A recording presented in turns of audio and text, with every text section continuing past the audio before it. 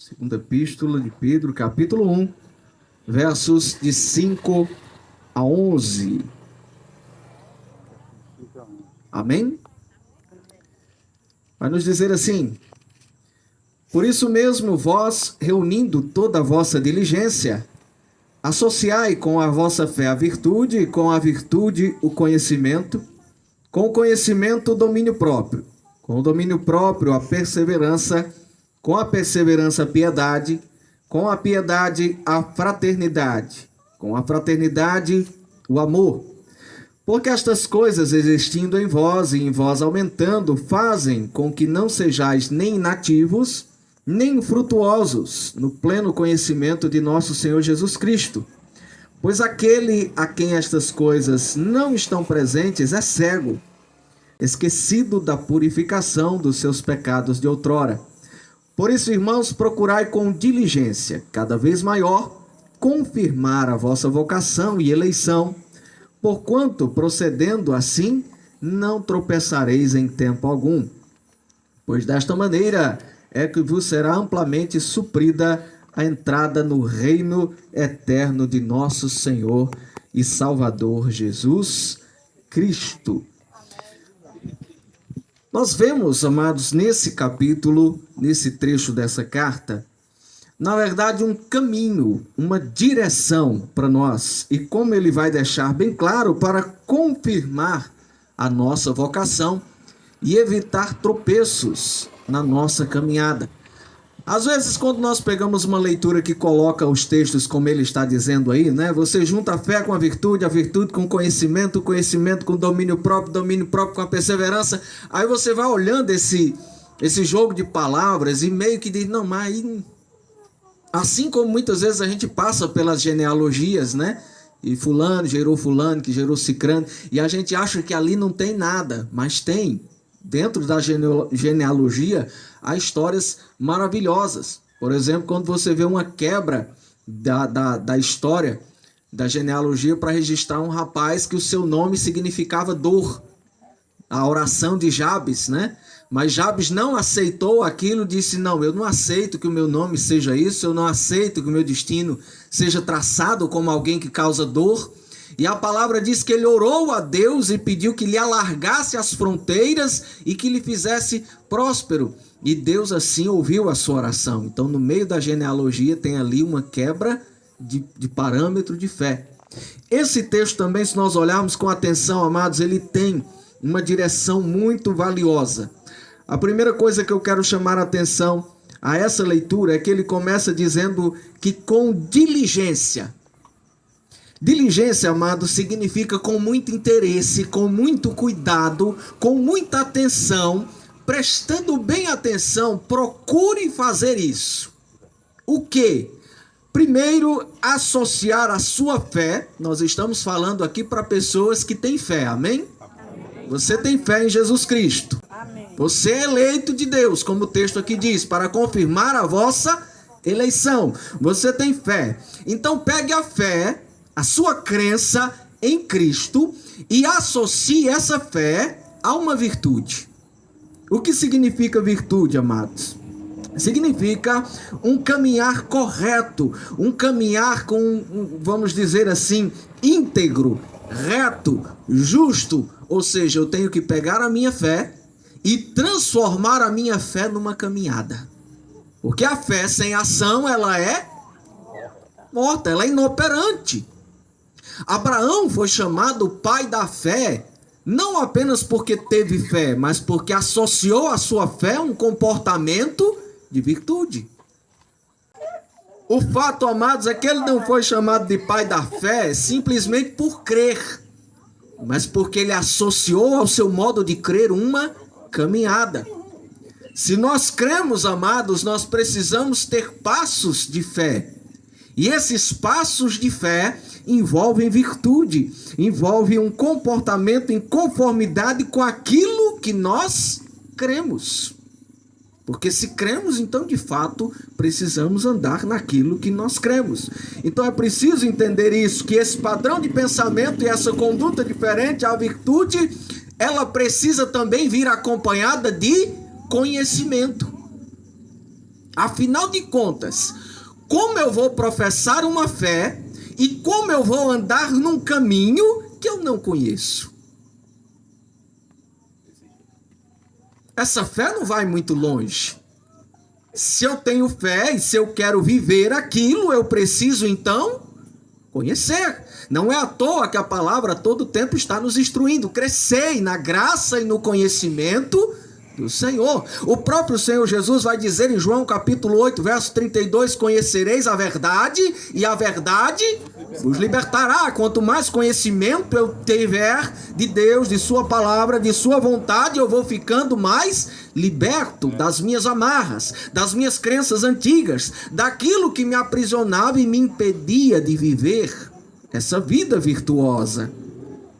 Quando eu começo a ter esse conhecimento, note como a sequência é correta e é maravilhosa. Eu associo a fé à virtude, associo a essa virtude o conhecimento, eu me aprofundo em conhecer de Deus. E quando eu conheço, quando eu tiro todas as crenças erradas e entendimento errado, eu desenvolvo para uma coisa chamada domínio próprio.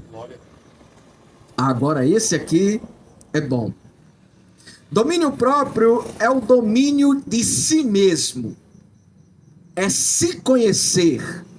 É começar a entender e a lidar com as suas emoções. É começar a entender e lidar com suas dores, com seus traumas. Nós falamos muito que nós fazemos escolhas, não é? Mas neurocientistas afirmam que nós não fazemos escolhas. Os estudiosos da mente afirmam que, na verdade, nós fomos condicionados pelo meio em que crescemos, pelo meio em que nos foi ensinado, e muita coisa do que nós vivemos até hoje são frutos do que nós vivemos na nossa infância, que, na verdade, foi inserido na nossa mente. Algumas dessas coisas que foram inseridas na nossa mente são coisas boas. Algumas outras, temos traumas que o nosso cérebro reptiliano aprendeu a se proteger disso. Nosso cérebro é uma máquina perfeita nesse sentido. Ele se adapta para sobreviver. Eu me lembro, por exemplo, eu assisti recentemente uma entrevista do Rubens Barrichello, aquele corredor de Fórmula 1, né? Ele foi, vamos dizer, contemporâneo, ele é contemporâneo de Ayrton Senna. E dias antes do Ayrton morrer, o Rubinho tinha tido um acidente no mesmo percurso. E a pancada foi tão grande que ele relata em entrevista, eu estava vendo esses dias ele relatando que ele esteve no velório do Ayrton Senna, ele carregou o caixão do Ayrton Senna, mas ele não lembra de nada disso. Porque o trauma da pancada, desde o momento da pancada que ele sofreu no acidente dele, até 3 dias depois ele não lembra de nada. Porque o seu cérebro apagou aquilo. É um momento de um trauma tão grande, de uma dor tão grande, que o cérebro simplesmente apagou. Tem memórias de coisas que nós sofremos que nós não lembramos direito. Você sabe que sofreu, você às vezes sente a dor, você sente a ansiedade, mas está meio que apagado, até confuso lembrar-se, porque o nosso cérebro é uma máquina que vai se adaptando a sobreviver. E aí, quando nós vamos tendo conhecimento da palavra, nós vamos entendendo as dores que nós temos, nós vamos entendendo os traumas que nós temos, nós vamos percebendo à luz da palavra o que é que precisa ser mudado e o que é que precisa continuar. E aí onde entra o domínio próprio, que é aí onde eu vou dominando as situações, o meu temperamento, o meu comportamento, vou começando a escolher as decisões corretas e mais sábias, e não por mim, mas à luz da palavra. Porque aí, se eu era uma pessoa de temperamento forte, eu li lá em Provérbios que diz, a palavra branda desvia o furor. Aí eu dizia, antes de me converter, eu dizia, eu dou, né, um boi para não entrar numa briga e uma boiada para não sair dela. Aí agora eu olho e digo, rapaz, eu me calo para que eu possa ter paz. Porque a Bíblia me diz, no tocante a mim, tenha paz com todos. Tá vendo? Quando eu associo a fé à virtude e jogo conhecimento em cima, é que eu consigo me dominar. Se eu fizer, é claro, uma leitura sincera da Bíblia. Porque como um autor uma vez disse, lendo a Bíblia, eu encontrei diversos erros. Nenhum na Bíblia, todos em mim. E aí a gente vai corrigindo esses erros e tendo domínio próprio, nós podemos então avançar. E o domínio próprio ele é meio que um divisor. Eu quero citar para você Provérbios 16, verso 32, que fala da importância do domínio próprio, quando ele diz assim: melhor é o homem paciente do que o guerreiro, mais vale controlar o seu espírito do que conquistar uma cidade. Olha o que Salomão, o homem mais sábio, deixa registrado, né? Mais vale, ou seja, melhor é um homem paciente, ou seja, que tem domínio próprio, que consegue se controlar e ter paciência, do que um homem guerreiro. Porque mais vale estar em paz de espírito do que conquistar uma cidade inteira, do que derrubar os muros de uma cidade inteira. Quando eu chego no domínio próprio, amados, é que eu consigo perseverar. Tá vendo como uma coisa puxa a outra e não tem jeito de desligá-las? Só quem tem domínio próprio é capaz de perseverar. Porque quem não tem domínio próprio desiste. Perseverar é insistir, é seguir em frente, é resistir, é a qualidade da pessoa que não desiste, mas ela é forte. E por que o domínio próprio vem antes? Porque muitas vezes, amados, eu não consigo perseverar, ou eu desisto, porque eu começo a olhar essas falhas, começo a perceber essas falhas, e tem muita gente que pensa errado. Eu já vi muita gente olhar e dizer, esse negócio de crente não é para mim não, porque eu não consigo lidar com isso, não consigo lidar com aquilo, isso aqui para mim é difícil demais. Pois eu quero lhe dizer então que esse negócio de crente, esse negócio de seguir Jesus é para você mesmo, porque você já achou o caminho certo, você não está ocultando defeitos, você não está escondendo defeitos, mas está tendo consciência, e todo aquele que tem consciência e confessa, acha perdão. Acha a direção de Deus, acha a restauração de Deus, acha o renovo de Deus, e só esses é que vão conseguir seguir em frente. Quando a pessoa tem domínio próprio, ela consegue ser perseverante. Domínio próprio, amados, é algo que nós precisamos buscar, e é um fruto do Espírito Santo de Deus, para que nós possamos ter constância e estarmos no controle. É preciso dominar a carne, é preciso dominar o nosso ser. Ou acaso é fácil você dizer assim, eu vou fazer um propósito aqui de jejum. Quando você começa o propósito de jejum, aparece o convite para um churrasco. Quando você diz assim, todos os dias agora, 5 horas da manhã ou meia-noite, eu vou me levantar num propósito de oração, eu vou orar. Bota o despertador, quando o despertador tocar, o seu corpo vai dizer assim, que bom, glória a Deus, chegou a hora de orar, vai? Hã? O clima fica mais frio, dá logo 15 graus. O clima fica frio, 15 graus. Mas o ser humano que tem domínio próprio, que tem perseverança, ele olha e diz, eu fiz o compromisso, eu vou cumprir, eu fiz o voto, eu vou orar. Nós estamos aqui hoje para cumprir um voto, né, que nossa irmã Leda fez. Todos os meses vamos fazer o culto, vamos cultuar. Então, o nosso domínio próprio vai gerar perseverança, vai fazer com que o ser humano seja perseverante. Aí, amados, a partir daqui eu já começo a ser um cristão diferente. Se eu for atento, diligente e seguir esses passos aqui, a partir daqui eu já vou entrar num outro nível. E às vezes nós pensamos que estamos nesse nível, mas eu quero lhe dizer que não estamos. Eu quero lhe dizer que esse nível aqui agora começa a subir. Eu começo a ser um ser humano diferente, porque eu vou entrar na piedade. Ele diz, pega essa perseverança, essa resistência que você criou, e agora associe ela à piedade. O que é piedade? É uma vida realmente de amor a Deus e de amor ao próximo com mais força. Porque quando eu tenho domínio próprio, sou perseverante, conheço a fé que eu estou embasado, estou vivendo uma vida virtuosa, eu começo a cultuar a Deus de fato e de verdade como Ele quer, porque o culto a Deus não é como nós queremos ou como nós pensamos, mas é como Ele determina, é como Ele quer, e muitas vezes nós pensamos que entendemos, mas não entendemos. Glória a Deus. E quando eu associo isso à piedade, ao amor a Deus e ao amor ao próximo, aí eu começo a entender e começo a cultuar de verdade. A gente não sabe cultuar ainda. Sinto em dizer, mas a gente não sabe ainda.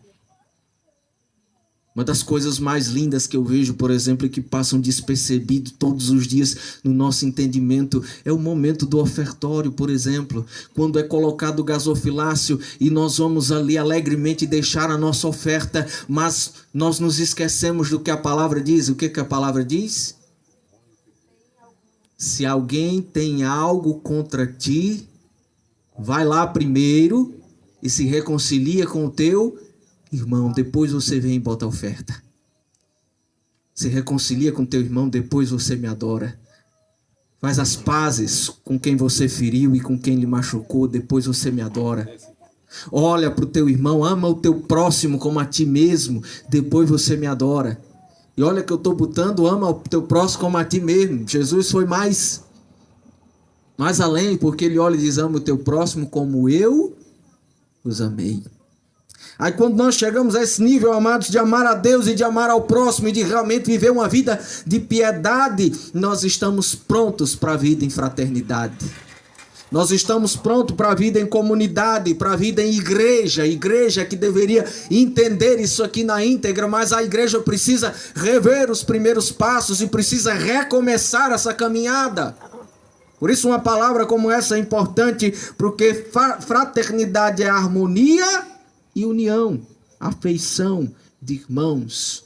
É quando eu olho para o meu irmão e eu passei pelo processo do conhecimento, eu passei pelo processo do domínio próprio, e por passar por esse processo da perseverança e seguir em frente, eu estou livre de julgamentos tolos, eu estou livre de um olhar malicioso, eu estou livre da impureza que havia em mim, e agora eu posso olhar para o meu irmão e olhar com o desejo de abençoá-lo, e olhar com o desejo de cuidar dele, e olhar com o desejo de ser irmão dele e deixar que ele seja meu irmão. E nesse convívio fraterno, nós vamos então compreender o que de fato é o amor. Ele fecha, pegue essa fraternidade, essa união que vocês têm e vivam em amor. O que é amor, amados? Amor é algo que nós ainda não compreendemos ou não entendemos direito. Eu quero lhe dizer que amor é mandamento. Amor não é um sentimento, não é paixão. Porque se fosse sentimento, como é que Jesus iria olhar para mim e dizer assim, ame o seu inimigo? Você sente alguma paixão, algum fogo ardente pelo seu inimigo? Amor é mandamento, amar a Deus sobre todas as coisas e amar o próximo como a ti mesmo. E o que é amor? A capacidade de fazer o bem. A capacidade de fazer o bem, de cuidar, de amar, de desejar o bem, de não prejudicar, de não causar dano, de não ser alguém que vai atrapalhar o processo que essa pessoa está vivendo. E aí entra-se o nosso desafio, não é? Porque o Senhor diz, olha, se vocês amam apenas aqueles que lhe amam, vocês não estão fazendo nada, porque isso até o mundo é capaz de fazer. Até quem não crê em Deus ama quem lhe ama. Até quem não é temente a Deus ama quem lhe é bom. O nosso desafio é amar até aqueles que são difíceis conosco. É amar até aqueles que nos ofendem, que nos ferem. É fazer o bem a toda e qualquer criatura. No finalzinho ele vai e complica de novo, né? Mas, amados, nós precisamos quando você se pergunta, né? Mas como é que eu faço? Qual o caminho do desenvolvimento? Como é que eu sei se eu estou no caminho certo? Como é que eu sei se eu estou na direção certa? Jesus me ajuda? Está aí o texto. Seja diligente, preste atenção nisso. Associe a fé à virtude. Pegue essa virtude e cresça em conhecimento. Pegue esse conhecimento e aplique na sua vida. Tenha domínio próprio. Tendo domínio próprio, seja perseverante. Sendo perseverante, seja piedoso. Alguém que pratica uma religião verdadeira. Piedoso, viva em comunidade. Viva em fraternidade. O bom de ser cristão é aqui, ó. É no corpo a corpo, né, Valdir? É em casa, quando você chega em casa e a mulher quer tacar a panela na cabeça. E você olha para ela e diz, meu amor, lhe amo. É quando o marido chega do trabalho com aquela, né? Aquela roupa toda suja, toda suada, e ele não sabe colocar no cesto de roupa suja, ele joga no sofá da sala.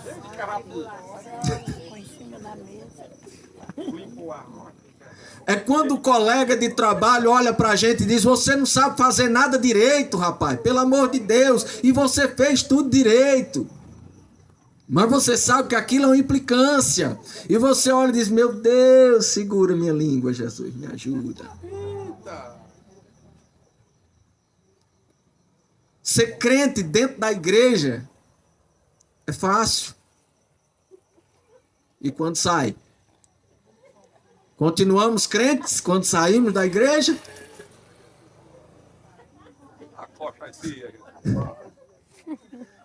Isso é importante a gente refletir, amados. E quando eu pego isso, essa fraternidade, essa comunidade, eu aprendo a viver em amor.